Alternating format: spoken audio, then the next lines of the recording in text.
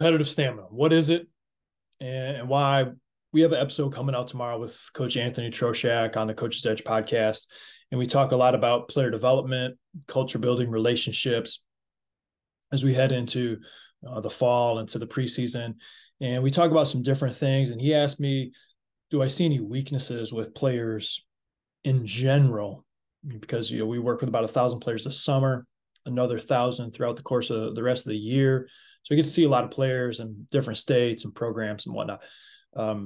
And for the most part, I haven't noticed from a skill standpoint a specific weakness that seems to translate across boys, girls, and different locations. There's some differences, and I talk a little bit about the skills in that podcast. But what we did talk about that we continue to emphasize and encourage with all the players that we get the chance to work with is getting yourself to the point where you can give it everything that you have, regardless of how you think this is going to turn out, regardless of the circumstance, right? And one thing I failed to mention in that podcast, which is why I'm doing a little bonus episode here, is something that JJ Redick talks about in his podcast, competitive stamina, right? And how that being a skill and something that can separate you as an individual or as a team compared to your competition. And so what does that look like? And he defines it as the ability to sustain, keyword sustain, your competitive spirit. And he talks about some of his strengths as a player: elite shooting, going to be in phenomenal shape, and having competitive stamina, the ability to sustain your competitive spirit. And I absolutely love it, because I think that there's a lot of times for us, as we see with players, where, hey, it's easy to get hyped for this game, for the big matchup, to do something that we like to do.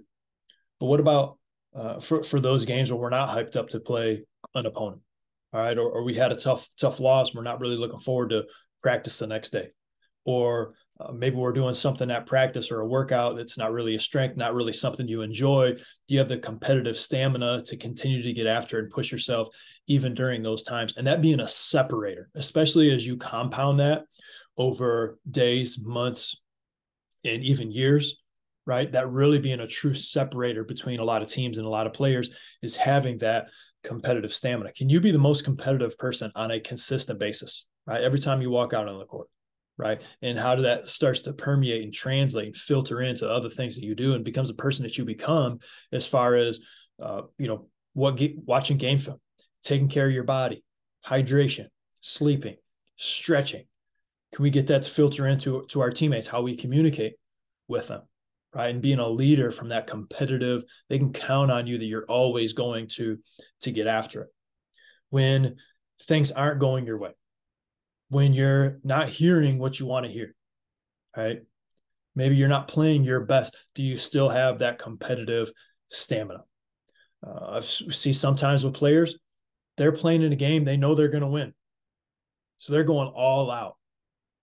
But do you do that when the game's in a balance? Do you go and play that same way when you're outmatched, when you're out talented? Do you still go into that game giving it everything that you have? Do you have the ability to stay competitive during workouts when no one is watching, and allow that work to compound over time to separate you as an athlete? Encouraging players to have that competitive stamina. And it's not something I mentioned on the podcast, is why I'm talking about it now, but it's something that we talked a lot about throughout our summer camp season, because we'll do workouts where it's hot in that gym. There's gyms you're working with no air conditioning. You're there for hours at a time. Everybody's sweating. It can be muggy. It's humid.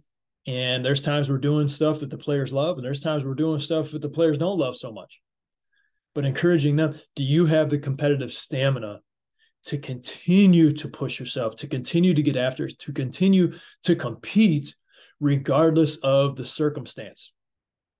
And that is a huge separator for us. Inky Johnson, who's an awesome public speaker, I was listening to one of his YouTube videos. He has something that falls in line with this a little bit called mental agility. And this isn't a quote, but basically, adapting to change is a strength, and having the ability to show up with the spirit to get better at everything that you do. So think about that. a spirit to get better at everything that you do. So as a basketball player, are you just trying to get better at your strengths because it's fun? But what about some of your weaknesses, right? Do you have the mental agility to give your best when it's a passing and screening and cutting drill, when it's a defensive drill, when it's an off-ball defense drill, when it's one that is requiring you to communicate more than you're comfortable with? You have the mental agility to do that, right? And so I'll hit on one more thing with competitive stamina real quick. Hammer this home. I grew up playing ping pong at my house. I'm the oldest of 5 boys, right? So I got 4 younger brothers. The youngest brother's in college, so it's a pretty big gap. But when we go home for Christmas, we go down the basement, we play a lot of ping pong that week over Christmas break, right? And so my parents play ping pong, even my grandparents play ping pong, aunts and uncles play ping pong. So there's a lot of people want to get on that court, and it's winter stay. We play doubles, right? So more people can play. The first day, everybody is competing hard. I mean, it's cutthroat, man. Competing. Second day, you got players that were feeling it and maybe won a lot of games the day before. You got players that aren't feeling so good because they lost more than they would have liked to the day before. So the second day, very, very competitive. By the third day, something happens. By the third day, we've played ping pong so much for 2 days. By the third day, we should be getting better, right? You've started to improve your skills because we don't really play a whole lot of ping pong outside of Christmas and maybe Thanksgiving. So it's not like we're all playing ping pong throughout the course of the year. But now we've had a chance, our hand-eye coordination is kind of coming together. You're starting to figure out some strengths and weaknesses of your opponent. Right? You're getting a little more comfortable in how you're hitting the ball. So we should be better by day 3, right? But the funny thing that happens is for many of my family members, it's the opposite. You see a player start to miss a serve, hit it in the net, hit it off the table when they wouldn't normally do that. Have an easy shot, just kind of dump it in the net when, the day before they weren't doing that. You'll see them start to lose some of that concentration, right? That eye of the tiger, that competitive stamina, right? Of being able to stay focused and locked in on playing ping pong for the 3rd straight day.